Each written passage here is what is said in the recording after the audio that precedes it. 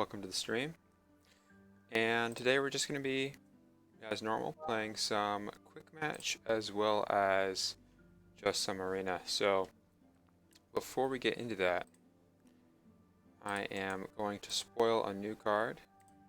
So just for those of you who haven't been here for the past couple streams, what I've been doing is spoilering a card that is coming out one of the new physical sets.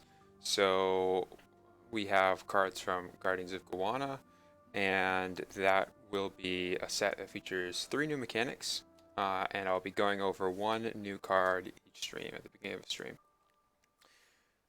So without further ado, let's just get right into that. So today our card is Thought Spectre. Now, one of the new mechanics in Guardians of Gawana is Grudge. And the way Grudge works is a champion that leaves play with Grudge will activate the Grudge ability. So in this case, what you get is it's a champion that you play it, you draw 2 cards. Right, it's a Sage champion that costs your gold. And then once it leaves play, if it gets returned to your hand, if it gets banished, broken, anything, you'll discard a card. So sometimes if you don't have any cards in your hand, the discarded card won't be a drawback, but usually you will discard a card at some point, right? It's as reliable as the tribute.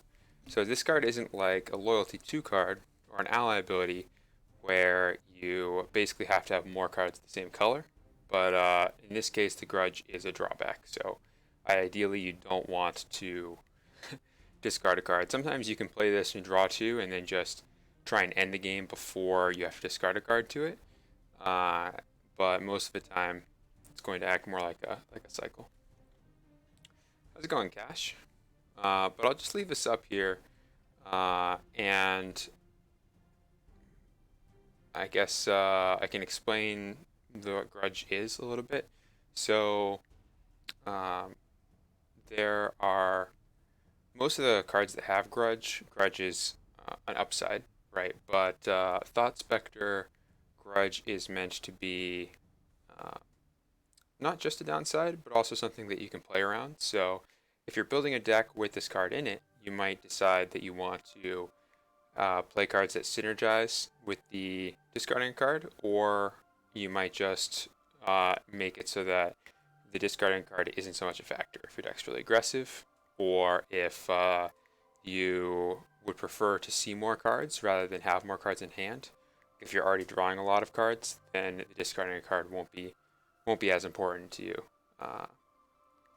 And champions with Grudge thematically in this set, they tend to be spirits just because they're angry, and the Grudge is flavorfully meant to represent something happening as the spirit leaves. Alright, so we're gonna get into some games here, but like we started the last time, we did an arena match, and I think we still have the same arena deck here. But basically, it's a pretty good arena deck, actually. It has some of my favorite cards. We have Heavy Evil with Necromancer Lord, Murderous Necromancer, and Angel of Death. So these are our 3 cards that really pulled us into Evil, and that means that we're running 11 Evil cards out of our 30. Aside from that, mostly just running a combination of other good stuff. We have a lot of board wipes in this deck. We have Angel of Death here, this champion. We have Plague, which breaks all champions. We have 2 ways to banish champions with Lay Claim and Subjugate. So altogether, that's just 4 ways to clear the board. And then we have no other board wipes, but we kind of have a soft wipe with Feldon, because usually when we play this, we'll bounce 2, maybe 3 champions. I mean, that's a bit much. We'll probably bounce 1 or 2 champions with this when we play it. But overall, I think I'm pretty excited about this deck. It has a lot of big champions and board clears, so it's definitely my style. I thought they did. I'll double check on that for you. I was not the person that was sending the emails out, but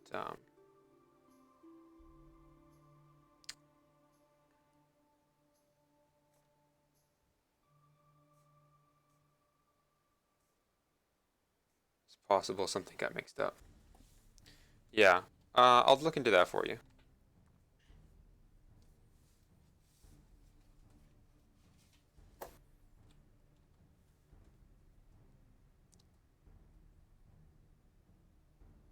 Yeah, it shouldn't matter what your name is.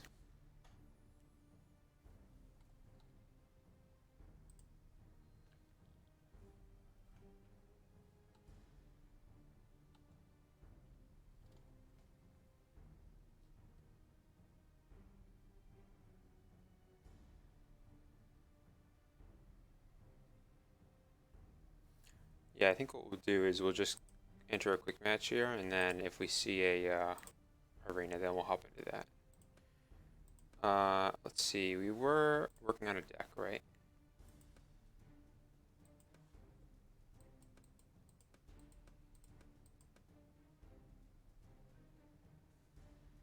Yeah, junk tokens improved, so we'll just continue with that, and then I can go ahead and start building something else.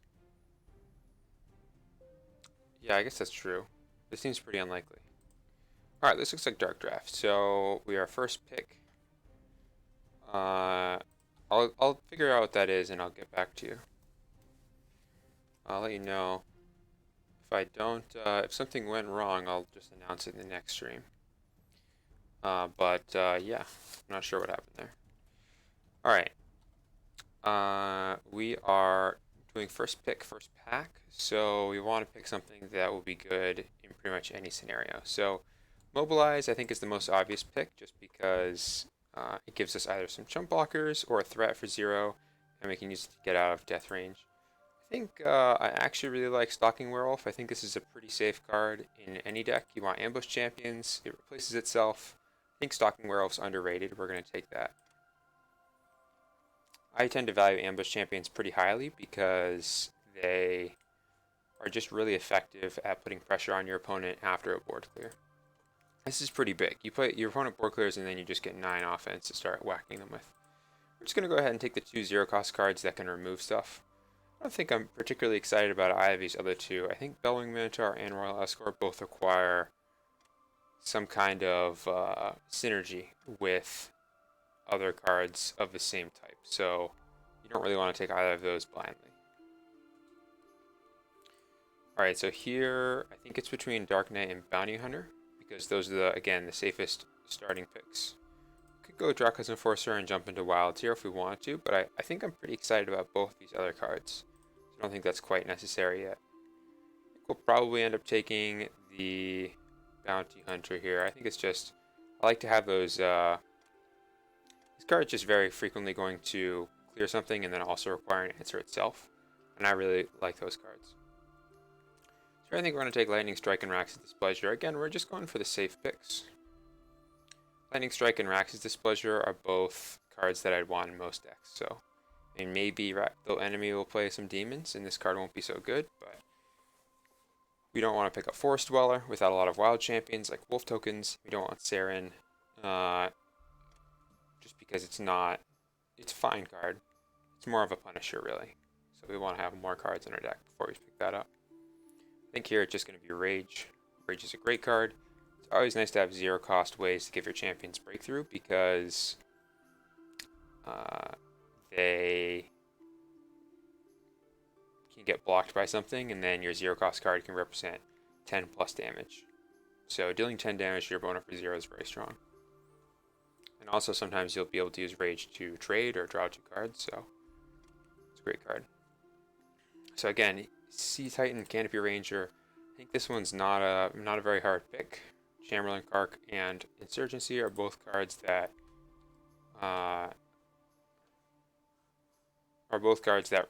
revolve around a specific strategy. So we don't have a lot of health gain, and also we don't have a lot of tokens. So I think it's pretty clear Sea Titan, Canopy Ranger here. All right, so first pick. This is an interesting pack, actually, because I feel like there's a lot of cards here that are middling. We don't really have enough wild. We could actually take the Brachiosaurus. We might have enough to do. Just swing it. Right now we have 4. I don't think our opponent's heavy wild. Did we pass the Dracos Enforcer? I guess we did. They might be heavy wilds. We'll take the Brachiosaurus. I think we'll be able to get the value out of it pretty frequently. All right. I don't think we can play Medusa in this deck. With only the 2 evil cards. Rift Summoner is actually not terrible in a deck that doesn't have any evil cards because or enough evil to loyalty to. Because usually you can find something to break. That being said, Hunting Pack and Divine Judgment are just both really good on their own, so I think we're going to pick both of those up.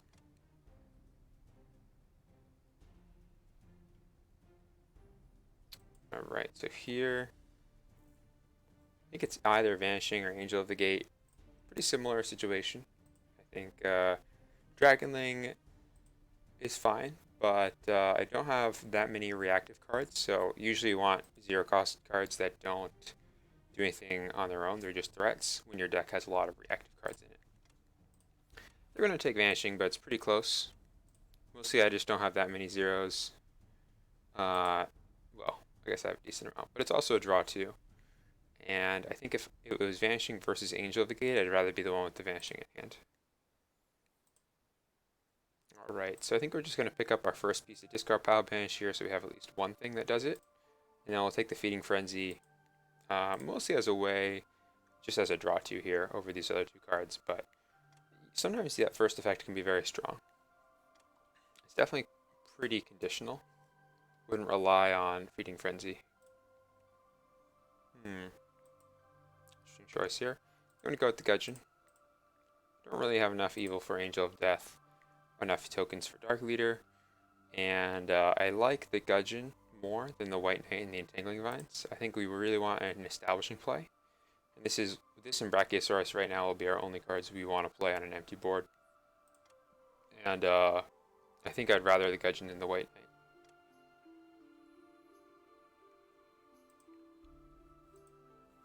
Pick up another discard pile banish card. I think Transmogrify might be really good in this deck. We could use another draw too. And it has upside. It could be good. Yeah, I think that's what we'll take. We have right now Divine Judgment, Rack's Displeasure for board wipes, so we don't need the Apocalypse. We'll take the Apocalypse. I think the Transmogrify benefit is probably less useful than having the ability to break all. This is an interesting choice. I think it's Flanking Maneuver here. We have a lot of wild cards, actually. So we should be able to buff something, whether it's Wolf, Stalking Werewolf, Canopy Ranger, Brachiosaurus. And it works very well with Brachiosaurus. Just a draw 2 that makes a body, so perfectly glad to have this in my deck.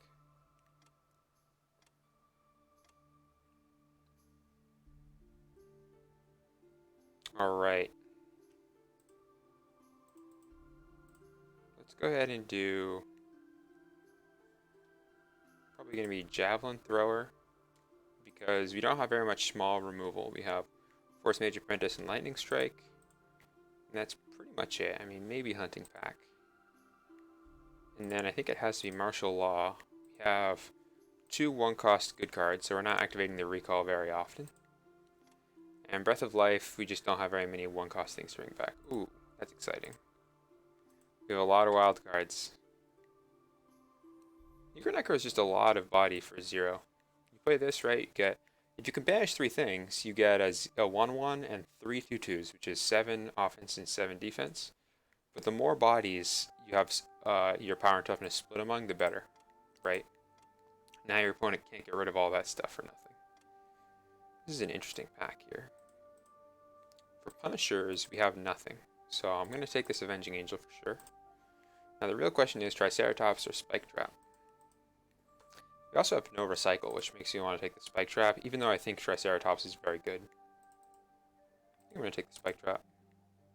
I think that this will always draw me a card for 0. So worst case scenario, this is just another card in my deck, but I think I'll always be able to use it for something. So here's another pair of interesting options. We have 1, 2, or I guess we can see right here, we have 5 evil cards in our deck. So Necromancer Lord That's 6. You have to get 5 out of 29, which is not very likely. So we're not likely to get the loyalty 2 for Necromancer Lord. The question is, Erase, Raxar, or Grave Demon are all reasonable. I'm leaning towards Erase, but it might be Grave Demon. I think I'm going to take the Erase. I think all 3 of them are good options.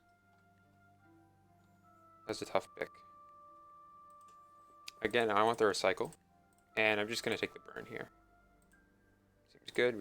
It'll give us a draw 2. It'll give us a way to damage our opponent. And it's always nice to have another wild card in this deck.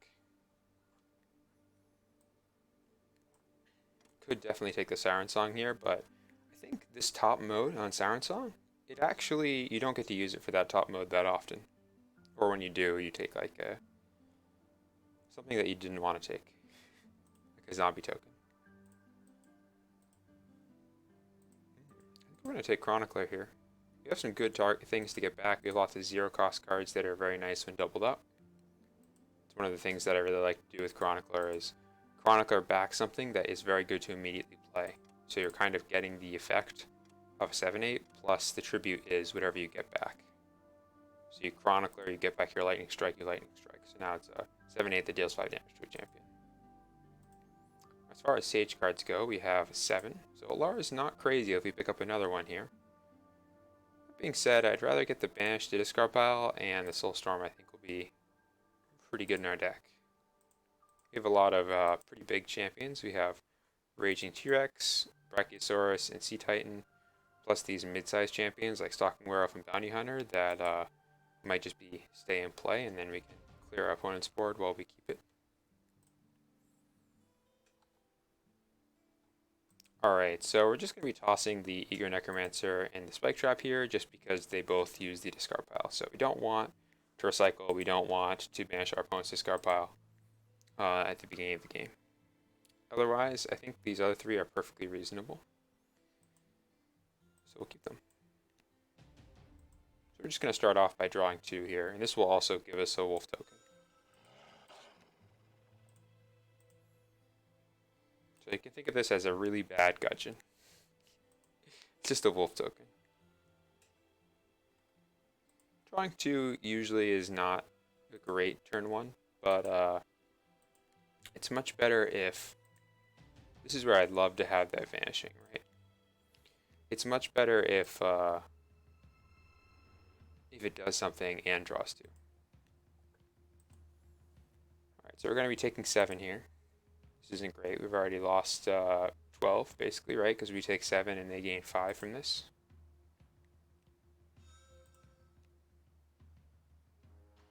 So I think what they're doing right now is a little sketchy, right? Because, unless it's a Thunderous. No, not Thunderous. I don't know what they could do that would make that they'd want to do before attacks.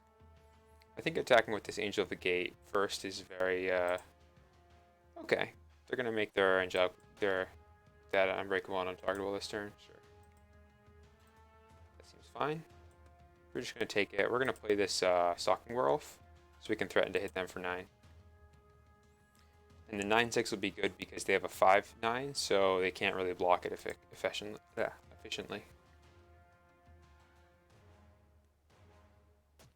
Turn 1 pass would also be fine. Generally, I feel like getting the wolf token in play, it would be hard for my opponent to match that. They'd have to have an ambush champion with evasion. So in this case they did, but it also makes my hunting pack a lot better because now my hunting pack hits for 8. I think those 2 reasons, I would go for the draw 2 there. I'm pretty fond of an Urgent Messenger's turn 1. If I didn't have a card that drew me 2 cards and did something else, I would probably pass in the first turn.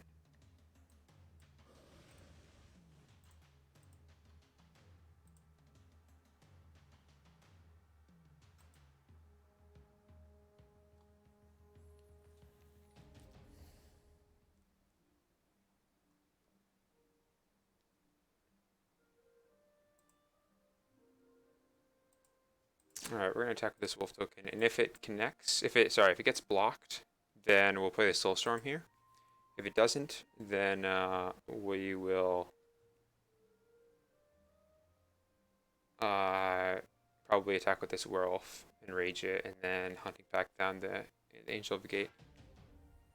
Alright, this is fine. This is actually very good for us, because now we can attack with this werewolf.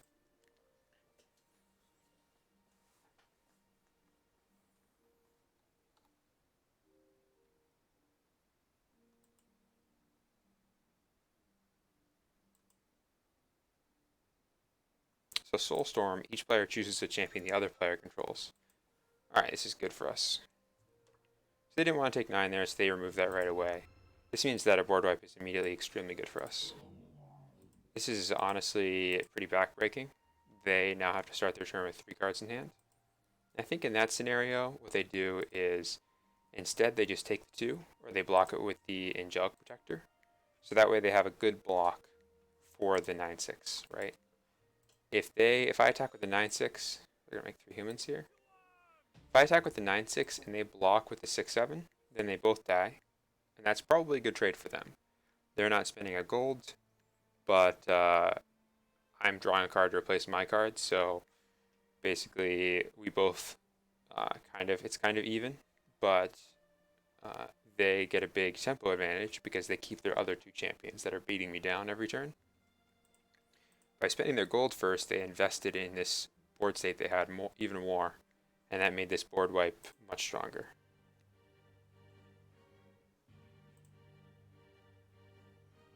Now I'll probably be taking 3 here. It is actually an interesting question as to whether or not I should just take the 3 and then start my turn, because with 2 cards in hand, one of them off the top here, there's a good chance they don't actually have a real play to make. So it's possible I should just be pushing them. Like maybe I should hunting pack, get rid of the Faithful Pegasus, and then block one of these human tokens. Yeah, this is fine.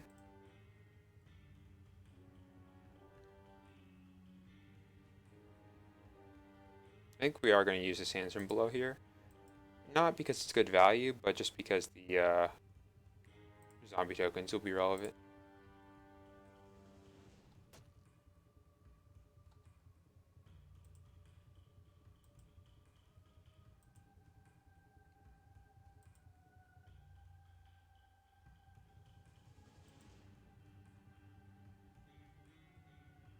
I mean, I'm gonna make the zombie tokens. The tricky part here is I think I am gonna hunting pack. I think that they're low on cards, and I don't think they have a real play to make. I'm gonna try and press my advantage. I don't want to just stall this out because I think I could actually lose to attrition with the amount of if we just keep passing back and forth, they'll get cards in hand and I'll be forced to make a non-play. I don't have a real play to make right now. I could play this Gudgeon, but it's really only good to play if it brings you up to 7 cards in hand or less. So I'd be at, if I just started my turn and then play the Gudgeon, I'd be at 7 going to 8. Yeah, and they didn't have a play to make there.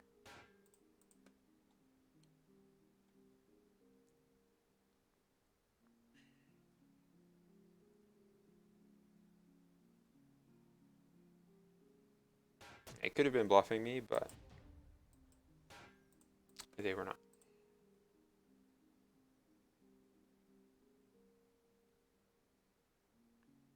Yeah, so here, I mean, I probably would just double block, but maybe they have a Plague in hand. In which case, this Gudgeon is going to be very good against them.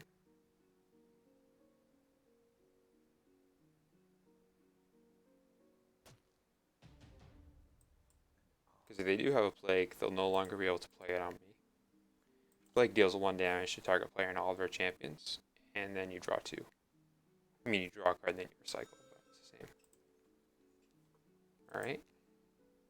So I think they should have just used this to draw 2 on their own turn.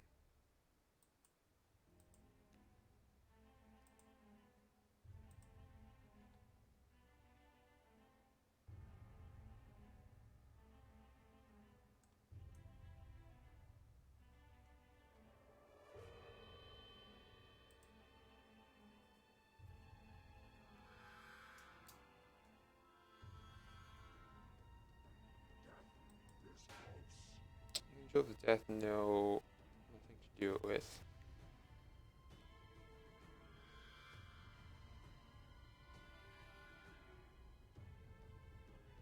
I think we'll just get value out of this Campy Ranger here and start adding stuff to the board.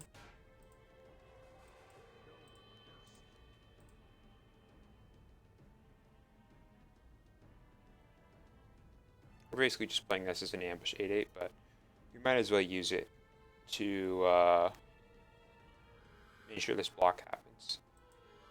We don't want to play Canopy Ranger and then they play Vanishing, Disappearing Act, let's just say.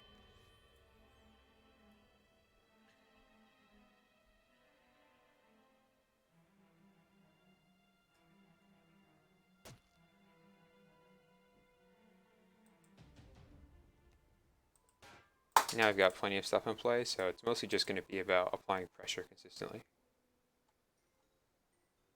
We're going to be taking, we don't have any way to really stop this aside from just investing with the Bounty Hunter, which I'd prefer not to do.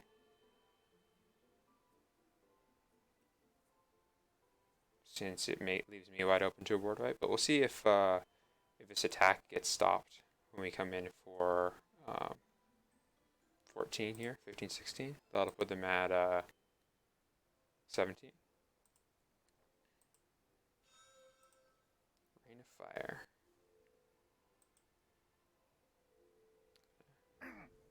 So they can't shoot us there because the Gudgeon gives us untargetable.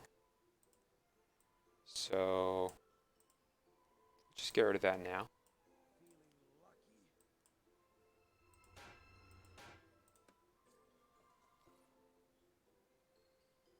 Because otherwise we don't really have a way to spend our gold. If they decide to block the Canopy Ranger with the Angel of Death, and they have a Flame Spike or Wolf Spite.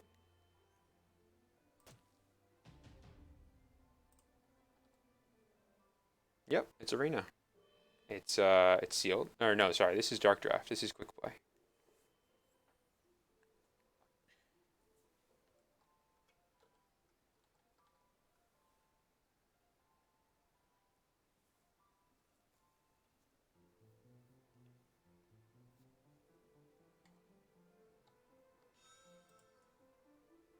Rise of Rebellion, we're taking 7.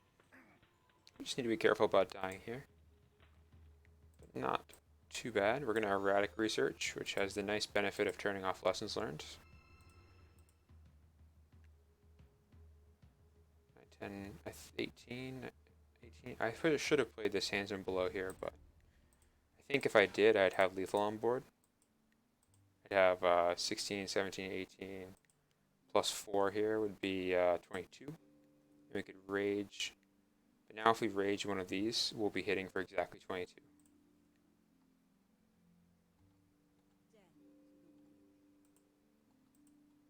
Oh, we're taking some damage. It'll be a close call.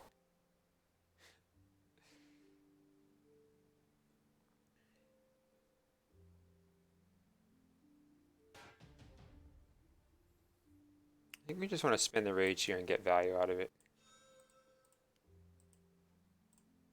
This gives us an 8/3 body for 0, and also deals them 5 damage. That's pretty good value for 0, right? Instead of losing our Bounty Hunter, we keep it.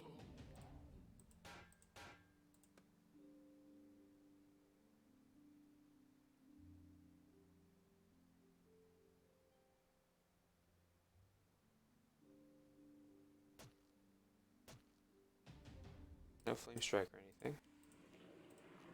Just draw 2 more cards here. Don't think it really matters. So we'll just end the turn and discard a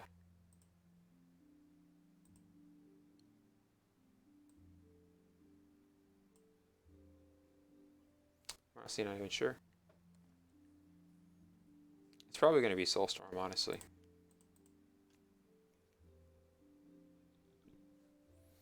We want to keep Erase just as a soft answer to anything, right? Sea Titan gives us a play to make if they clear the board. We're definitely starting our turn here. No need to tempt fate. We have such a big lead. even though last time I did make a play when they passed, that was because I needed to balance the board a bit. I was behind on the board, and they were beating me down. I was lower on health. Now I'm very far ahead on both. Sure, yeah. Basically, the way it works is uh, you, if you have a foil of each of the digital cards, like a full set, then you can redeem it for a foil version of the physical set. Uh, I'm, I believe that you have to email to get to redeem it, but it should be active.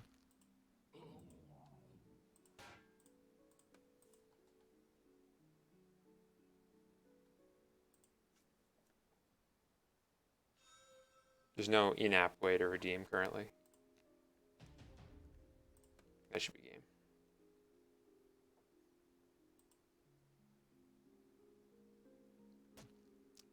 All right, that's gonna be game. All right, so we'll just hop into another quick match here. The same deck, and we'll make another one. Oh, it's the same one.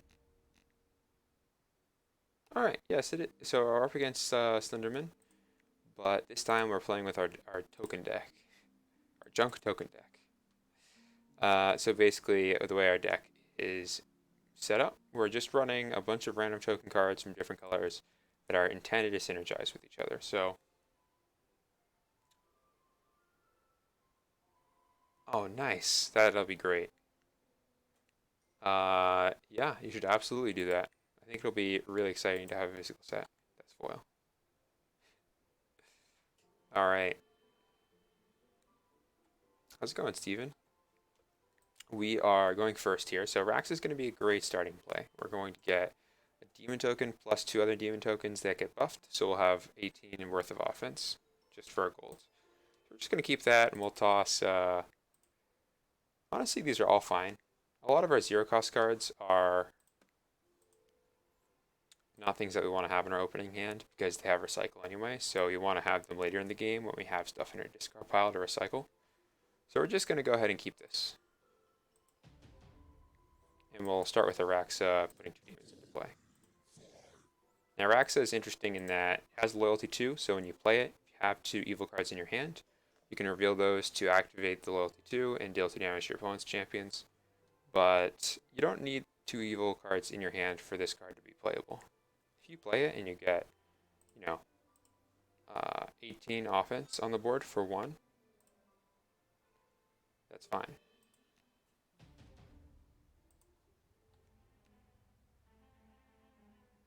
Yeah, definitely should. All right.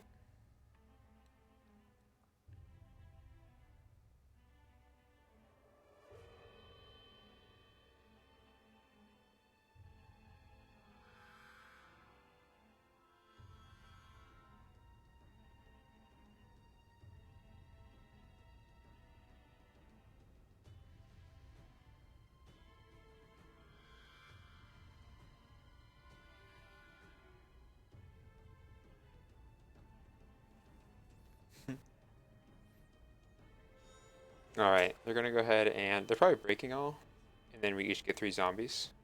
That's fine. We have lots of token cards. Hopefully they're not a zombie deck because we might actually might actually have some trouble there. We are just gonna draw 2 here. We'll just let our tokens trade in. Ancient Chant is in this deck mostly as a way for us to refill. So you can recall this by spending your gold. It goes back to your hand from the discard pile. And if it ever goes back, if it ever leaves the discard pile for any reason, you get to draw another card. So it's kind of like a way that we can always draw more cards if we don't have a way to draw cards in hand. Alright, so we're just going to do our tokens. We're going to attack each of these one at a time. So that way we'll either get him for 6 or all of our tokens will die. Which is fine either way. Basically, generally tokens, just units in general, are stronger on the attacker's turn because they have the potential to deal damage. You can use them. When you're defending, I mean, they do something passively, just having champions, but if you have champions and your opponent doesn't, it doesn't do anything. Uh, Whereas if you're attacking and you have champions and your opponent doesn't, it deals damage to them. Alright, we're just going to place urgent message. Well, yeah, we're just going to place urgent messengers here.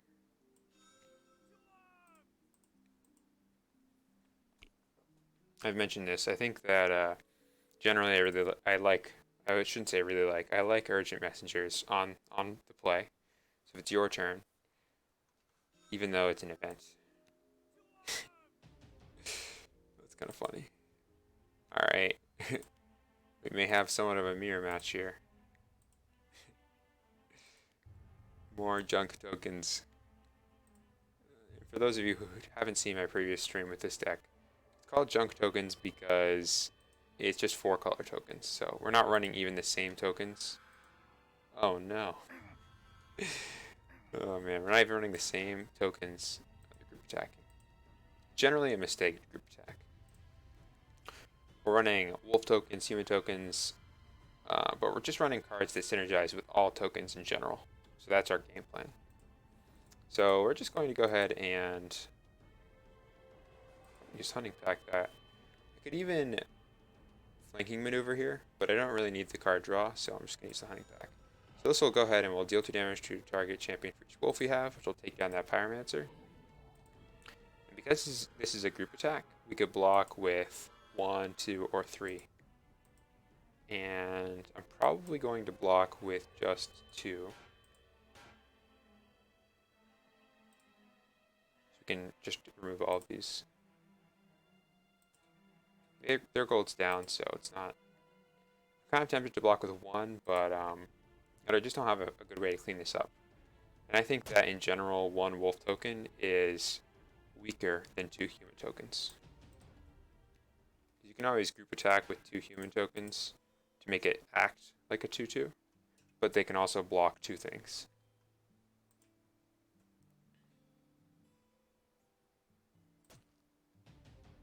Alright, here's where we pass.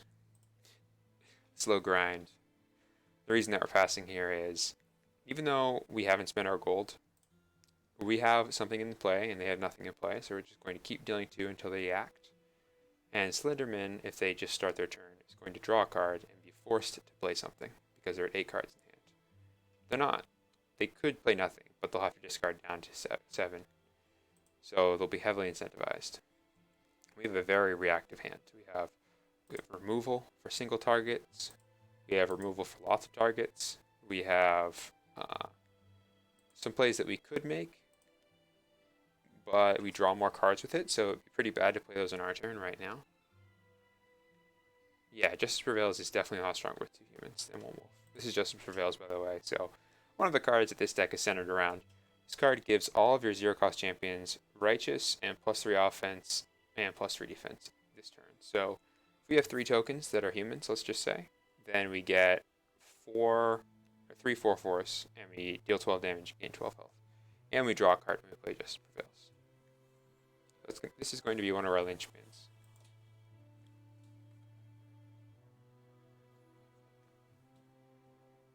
I think that new players tend to struggle with when to not play, when to pass without playing.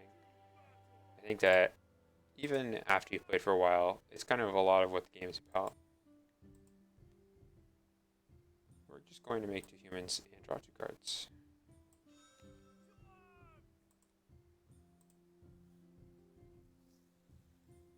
So what we'll do here is we'll attack with the wolf.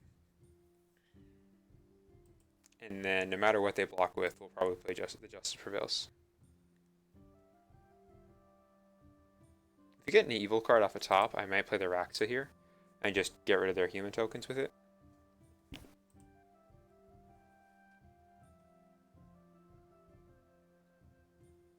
But the nice thing about the Justice Prevails here is it's gaining us 13.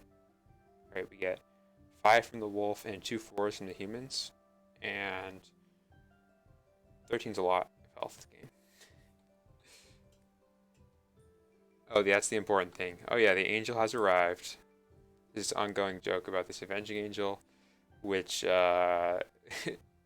arrives at bizarre times. Not when it's needed. So I could attack with a human here, but if they block with the standard bearer, then I can't just prevails to take it down. That's all really.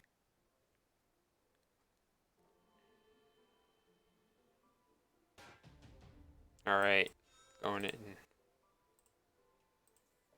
That human going down.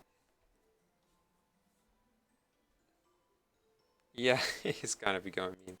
Avenging Angel, we've just had some ridiculous games where I have this one Avenging Angel in my Dark Draft deck, and I need Avenging Angel all game, and it's literally the bottom card of my deck. Or there was this, I think there were probably 3 streams in a row where I was trying to build a deck around Avenging Angel. The deck had 3 Avenging Angels in it, and the deck worked pretty well, right? But I didn't draw Avenging Angel. I think I played 6 or 7 games without drawing Avenging Angel. And the whole point of the deck was you can build around Avenging Angel, but at this point, Avenging Angels come around. Now I draw it. The Elusive Angel. Alright. We're going to be discarding here. Definitely going to get rid of this Ancient Champ because it does something in our discard pile. Probably want to hold on to our evil cards so that way we can activate the loyalty on Raxa. I think that it's definitely going to be the Inherence the Meek that we discard as our second discard because we have another one in hand and our opponent has a lot of tokens. So not going to be very good against them. Alright, that'll give us 4 health right there. This is fine. So they are basically just going to block it. So they should make a play here. Because once I've already spent my gold. There's no reason for them not to spend their gold.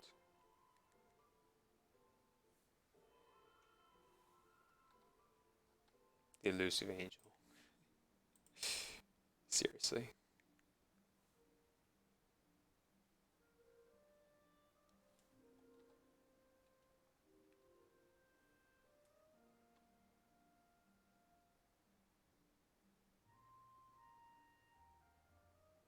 Alright, they're not going to make a play.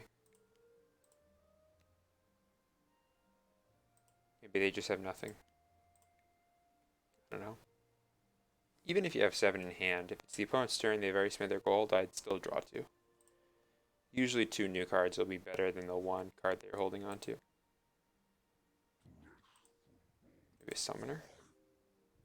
I'm guessing that was off the top. Otherwise they probably would have played it.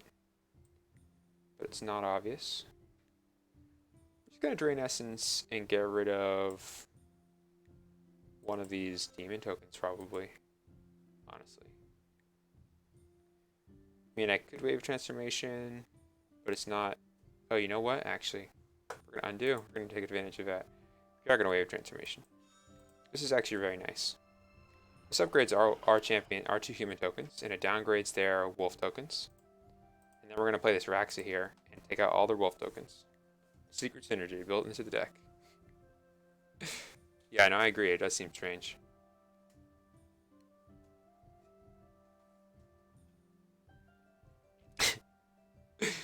Avenging Angel is the only exception. What about Gold Dragon? Does Gold Dragon get love? Is that too much health gain? Yeah, I mean, I understand. I think there's been some talk about people just not. I'm not doing this yet. Basically, it's been interesting actually because some people think that that Kark is too strong, but also it hasn't been winning. There have been 2 duels tournaments, and both times the winner was it was basically a wild deck with some extra splashes in it.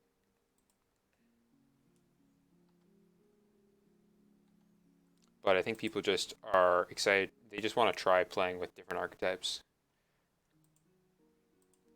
Kark tends to rear its head in a lot of tournaments because it's just if you're a control deck, then you can't rely on beating down your opponent to be your win condition. So usually you just go for health gain.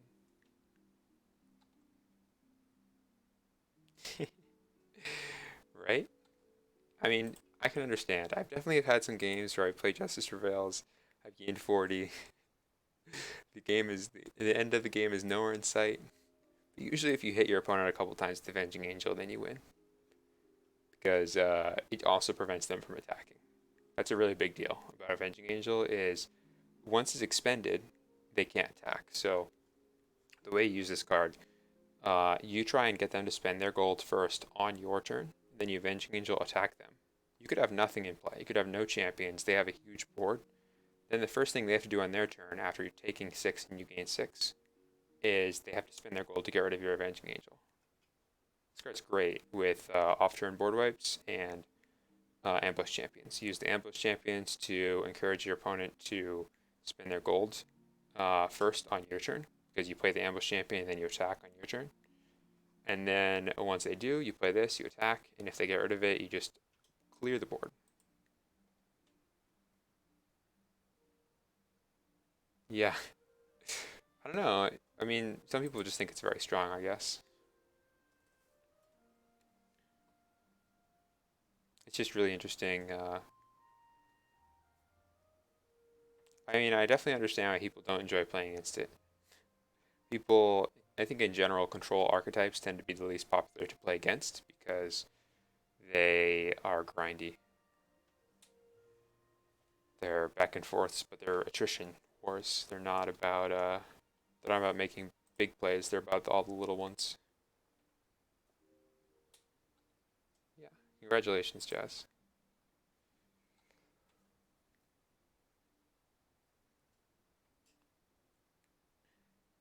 I know there were, I think the finals had two Kark decks. The four, I mean, I shouldn't say the finals. I think the top four had two Kark decks, and then there was another deck that was heavy good but didn't have Kark in it. So I think those are the three other decks. Yeah, I mean, Mobilize is a big health gain.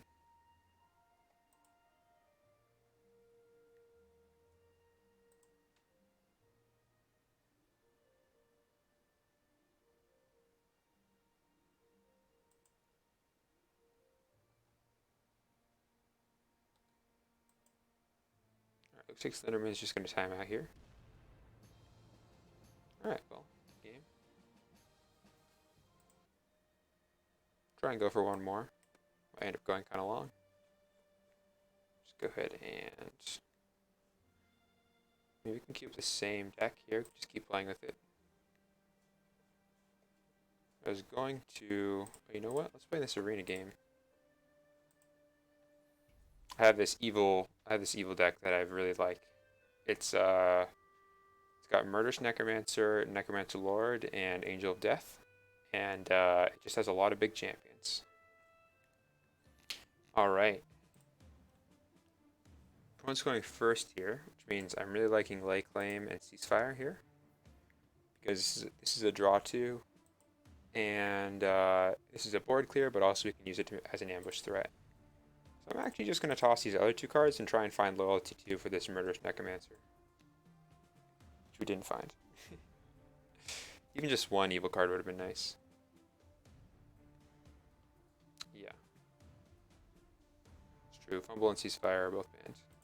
Constructed.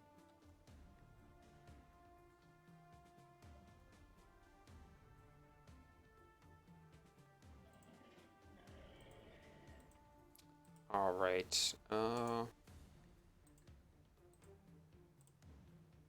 We can just start our turn. We don't need to do anything. That's great. Alright. When you play Winged Death, your opponent breaks a champion, and then whenever it deals damage to them, they also have to break another champion. So we're just going to play it and then pass. So if they can't play an ambush champion now, they draw two, we hit them for 4. I mean, honestly, if they draw two, I'll probably just still pass. Right? It's fine. We're going to go ahead and play a 7/7 here. Mostly because it challenges the Pyromancer. Yeah, I probably should be in there. I think that's a good idea.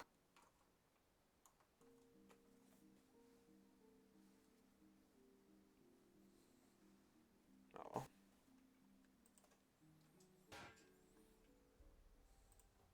Okay, well, I'm curious to see what their trick is, but we're gonna go ahead and let it happen. Gonna play into it.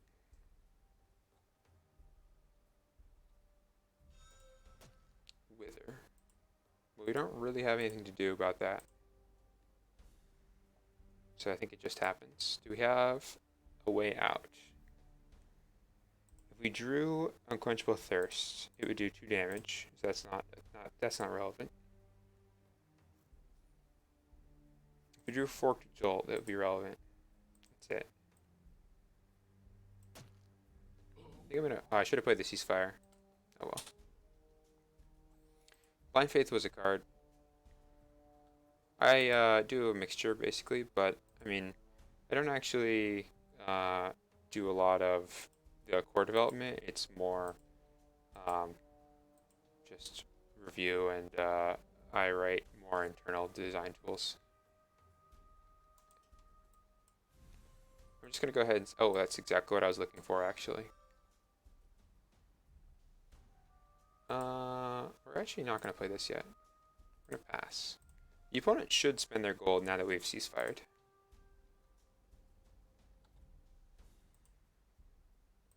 No, they're just gonna deal 4 damage to us. That's fine. The reason I was doing that first was in case they wanted to spend their gold to play like a Gutchin or something.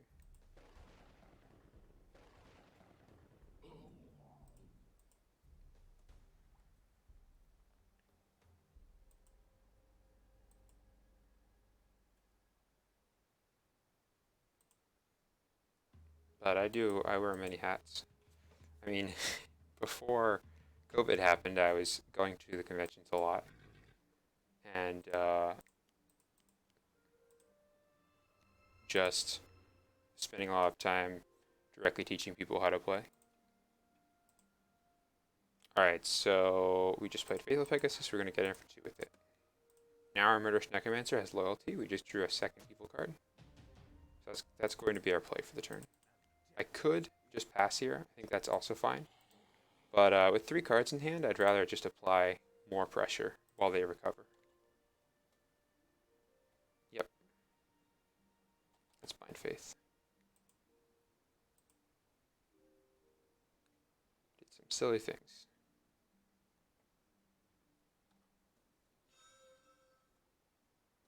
Yeah, no, it is. Alright. Press enemy main. We don't really want to put anything else on the board here now that we're doing 8 damage a turn.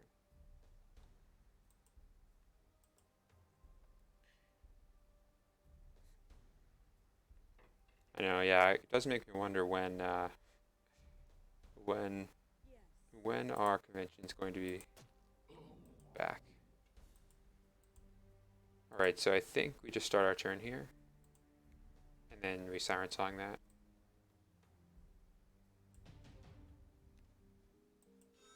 Seems very strong.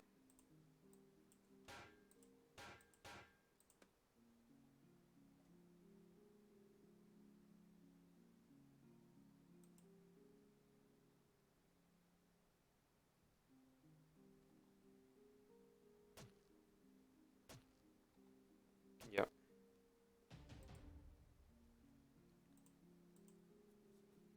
We're just going to pass here. I could play the Street Swindler to draw 2 for the same reason. But I think that we just have a very good board state here. Now that we're doing 8 damage a turn, you don't need to change anything. Basically a 3-turn clock. I mean, it isn't literally a 3-turn clock, but something needs to happen. And we do have this silly combo where we arm Force Mage Apprentice and then play a Sage card and deal 14 damage.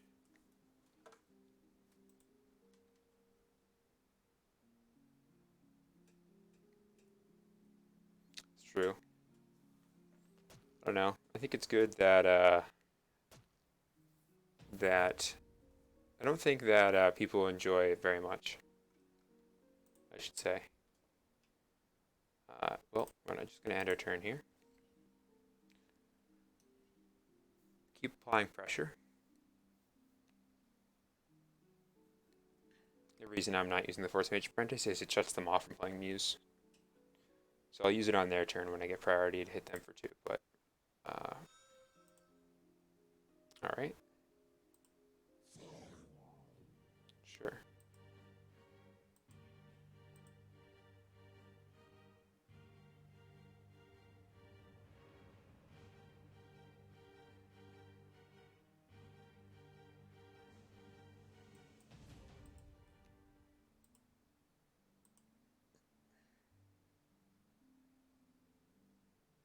I'm just going to attack for 4 as a group.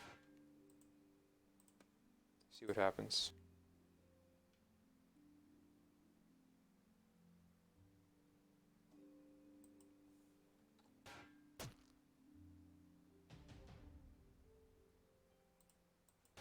We can get it for 2 anyway.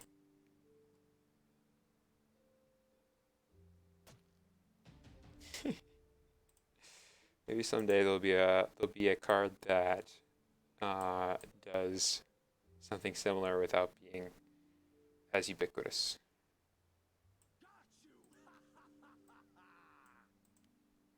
I'm just gonna go ahead and draw 2 here. I could have. There's an argument for Thrasher Demon, but I prefer having more cards in my hand at this point.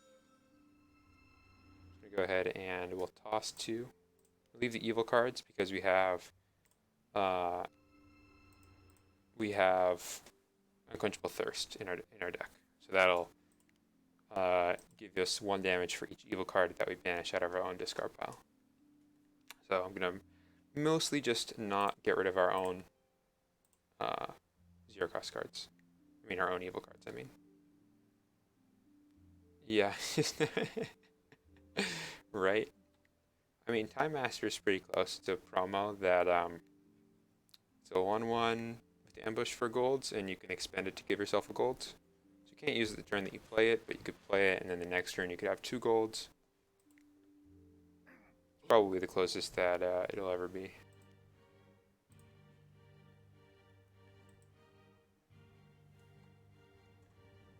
All right, so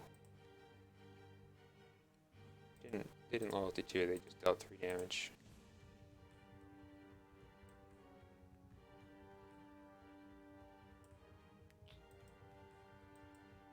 Well, we're just going to get rid of that 6/6.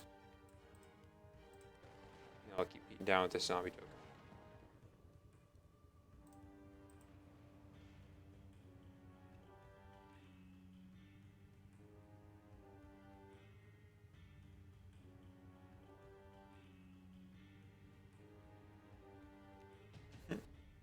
I'm sure that it'll either will be or it will come back in some slightly different incarnation.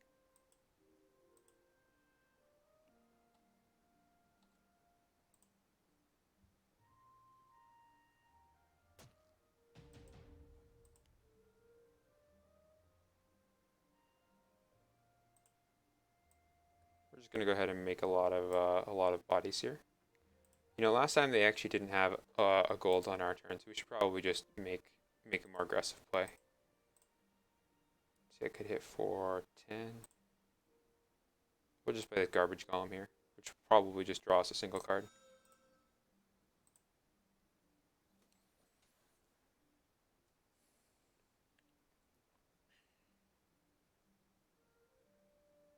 Now they know we have Angel of Death. Yeah, they didn't have a way to spend their gold last turn, so they probably don't have a way to spend their gold this turn.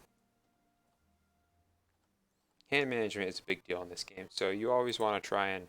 It's okay to run out of ways to draw more cards as long as you have kind of like a path to end the game. But you want to be careful. I mean, I think they played a Rain of Fire earlier. Or even that Raxus Curse, right? I think using that Raxus Curse to get rid of their Force Mage Apprentice was probably a mistake. If they had no other draw 2 in hand, they probably just needed to use it to draw 2 cards. If they have no other draw 2 right now. Alright, so it's our turn. We're just going to banish all here. Oh wait, it's not our turn, it's their turn. We are playing a 9/6.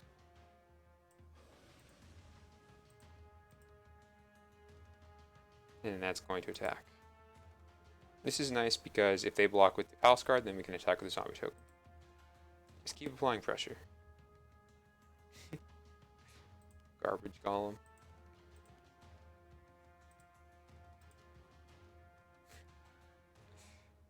Yeah, I guess that's true. I mean, maybe they didn't have anything else better to work with, you know? Just garbage. Maybe to them it's a treasure golem.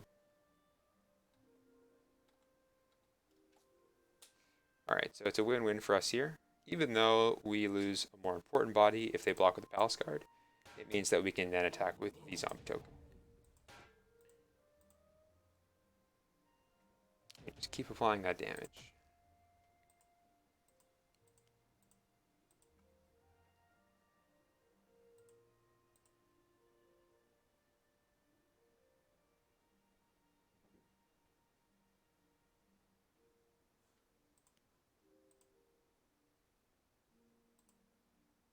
Man. We have a lot of plays that we could make. But let's just do this. We're gonna go ahead and Eager Necromancer here, and we're going to banish 3 champions. We'll just get rid of the ones that would be the scariest, the final task, or return from the discard pile with all of their stats. And then we'll go ahead and play the Sea Titan here and return our own Eager Necromancer to hand so we can replay its effect later.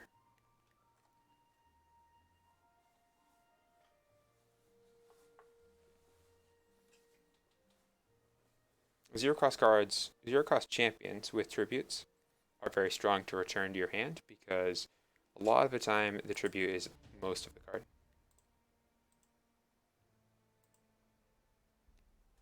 We're going to draw an extra card here.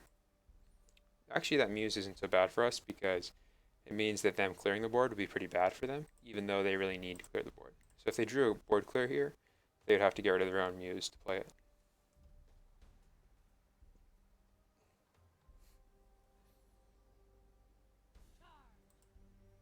Paros does give Fire Shaman +1 attack because it is a human.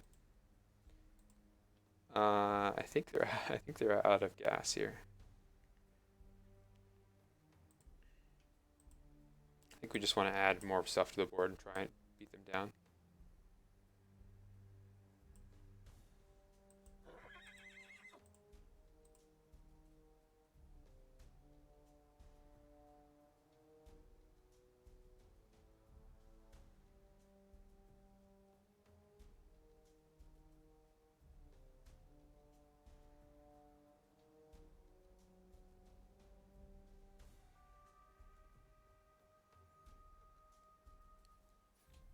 I'm just going to start by attacking with the zombies because it forces my opponent to do something first. Even though I might lose 1 to the Paros. Yeah, alright, it's a good trade for us. I'm gonna take 2 in the air, no big deal. They're really banking on these, on this Paros here to keep them afloat.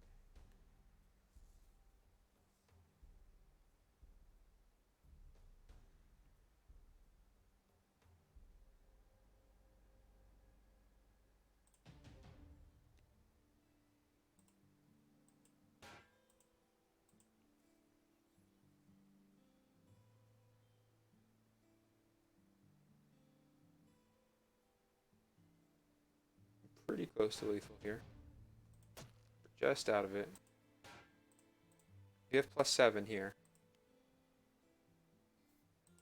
So we're going to see if we can get through. If we can hit 4...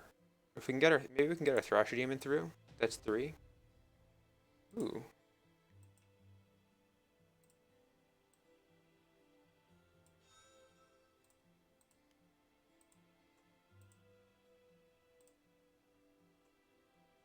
See if they take 9.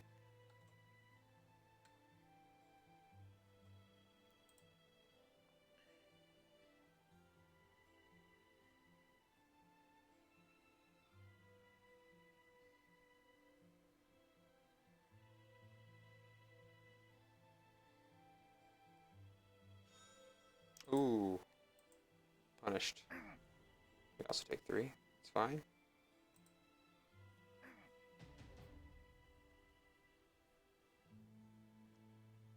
I'm actually pretty tempted to just banish all. I think I'm going to. gonna see if they block this first, and then I'll play the late claim to banish all. I think it's much better to banish all than break all here because they have 3 cards banished as opposed to my 1.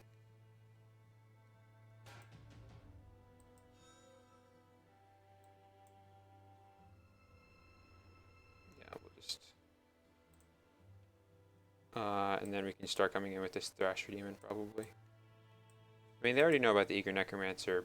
I guess we only have 2 targets for it. Yeah, we're gonna do both.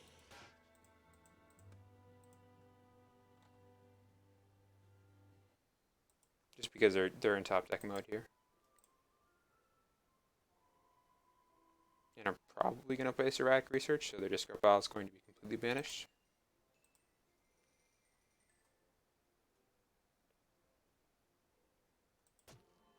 I'm just banking on the fact here that they won't be able to deal with this, and then we win next turn.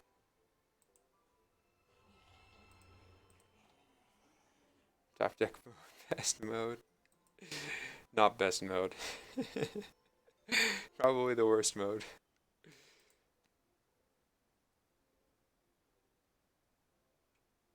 And you're gonna need something pretty good here. But they could definitely get out of this with like a Quell.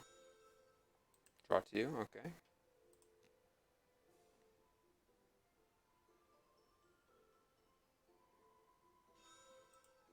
It's a very good start. I mean, this will be a 5/5 on it. Ooh, they have a Thrasher Demon. Oh, we're just gonna Plague, dealing damage to them. And all of our champions. Just pretty brutal here. He gets rid of their Thrasher Demon, they didn't attack with it. I guess it is true. If the opponent stopped decking, it is the best mode. 2, 3, 4, 5, 6, 7, 8, 9, 10, 11. Don't even know how many cards they have. 5, 6.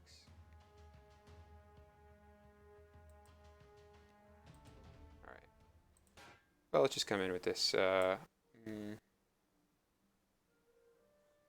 I guess we're too short if we do it that way. Let's just go ahead and see if they want to block any of these attacks first.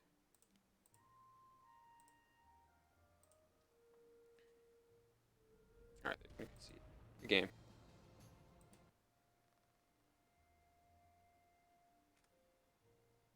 Clicks too fast. I should have let the victory thing go.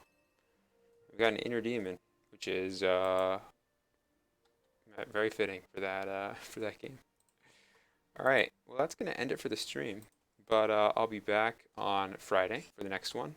And since we've revealed a evil, a good, and a sage card, the next spoiler will be a wild card, and that one will be on Friday.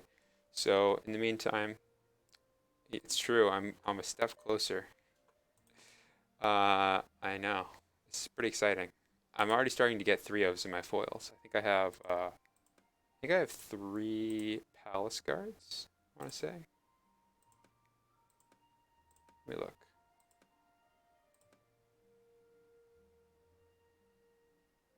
Palace Guard. For some reason, I always have such a hard time finding cards, even though they're alphabetical. Here we go. 3 foil cards. I have 3 Palace cards. So that's how you know we're making progress. All right.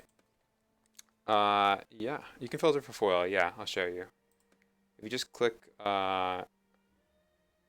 foils here on the left, these are my foils. This is what I should have done if I was smart, like Cash. Anyway, have a good one. I'll be back on Friday.